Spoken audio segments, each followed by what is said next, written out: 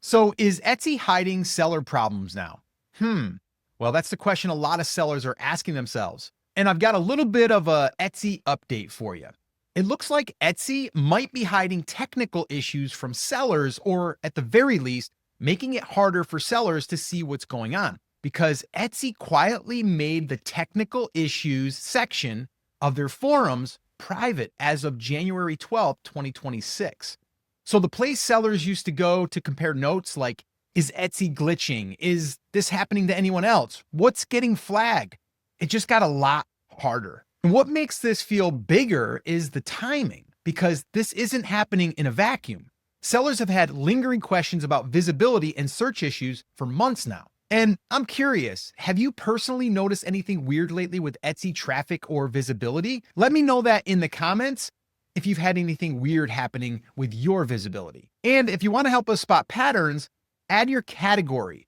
Don't add your shop links. We don't want this to turn into a comments yard sale. Seriously, here's what I found. According to this report, Etsy made the technical issues forum private as of January 12th. And this specifically mentions that this is happening after lingering questions about months-long search visibility issues.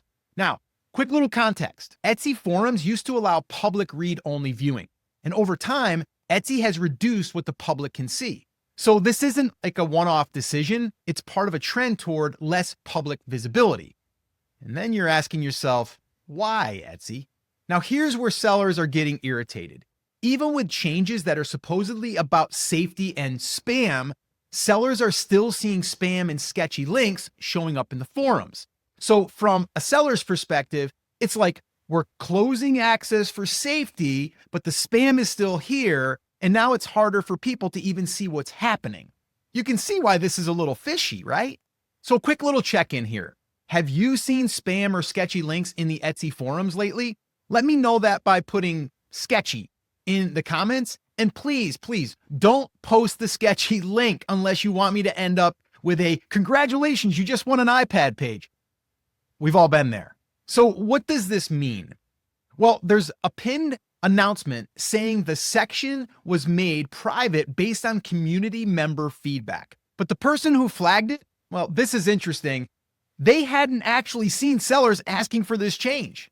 So even if Etsy's intent is totally innocent, you can see why sellers feel like, wait a minute, why close the curtains right now? And this is where it ties into the bigger visibility conversation, because sellers have been reporting visibility indexing problems for months, including established shops saying it felt like they disappeared from search and views dropped hard, like almost overnight. So when visibility already feels uncertain and the public place where people compare notes get restricted, that's where the "are they hiding problems" question comes from. And the article even raises the idea that this could be more about control over communication. Now, I'm not saying that's 100% what Etsy's doing, no, but I am saying this is why sellers are reading it this way. And I mean, why wouldn't you? And let's just zoom out here for a second. Now, I've watched this happen on a bunch of platforms over the years. I've been doing this now for 17 plus years. I've seen it happen on Amazon, eBay, and Etsy. And whenever communication gets tighter, uncertainty goes up. And sellers feel it first because you're the one staring at your stats like, is it me or is something broken? That's why it matters. So what can someone do if there is a visibility issue? Because obviously we can't find that out in the public forums anymore. So let's have the conversation here. So I'm going to give you 3 things. Number 1 is confirm reality. Don't spiral.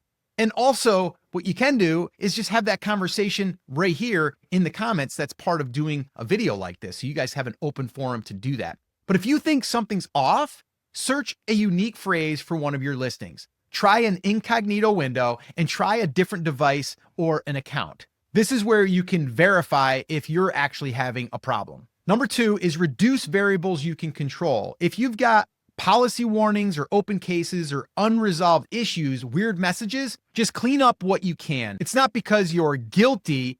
It's just because fewer variables, well, it equals fewer surprises, right? Number 3, this is a big one that I've been talking about here for years, and that is, well, build your own traffic, build your own platform insurance. And here's the bigger move. If all your traffic comes from Etsy, You're not building an asset, you are renting. So the hedge is building an audience you own. Content off platform, YouTube is a big one. You're watching this on YouTube. I'm big on YouTube, been doing that for the last 17 years on multiple businesses. Email lists, so you can reach people without Etsy visibility roulette. And that's exactly what we do over at Live Video School, helping brand owners build YouTube traffic plus email so Etsy isn't your only source of oxygen. Now, I'm not saying leave Etsy. I'm just saying diversify, create some insurance. And real quick, since we're talking about not guessing, one of the best ways to calm the chaos is going back to data.